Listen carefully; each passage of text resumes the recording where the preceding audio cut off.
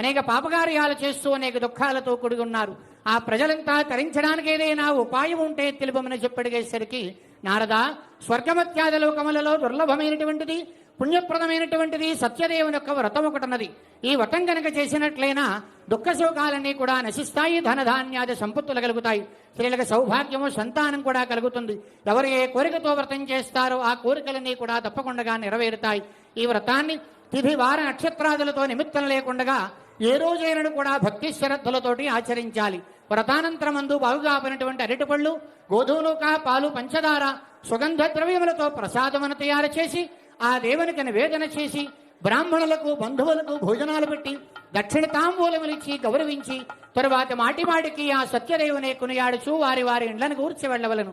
ఈ ప్రకారంగా ఎవరైతే భక్తి శ్రద్ధలతో వ్రతాన్ని పూర్తి చేస్తారో అట్టి వారంతా కోరిన కోరికలను భవించి జీవితాంతమన మోక్షమును చెందగలరని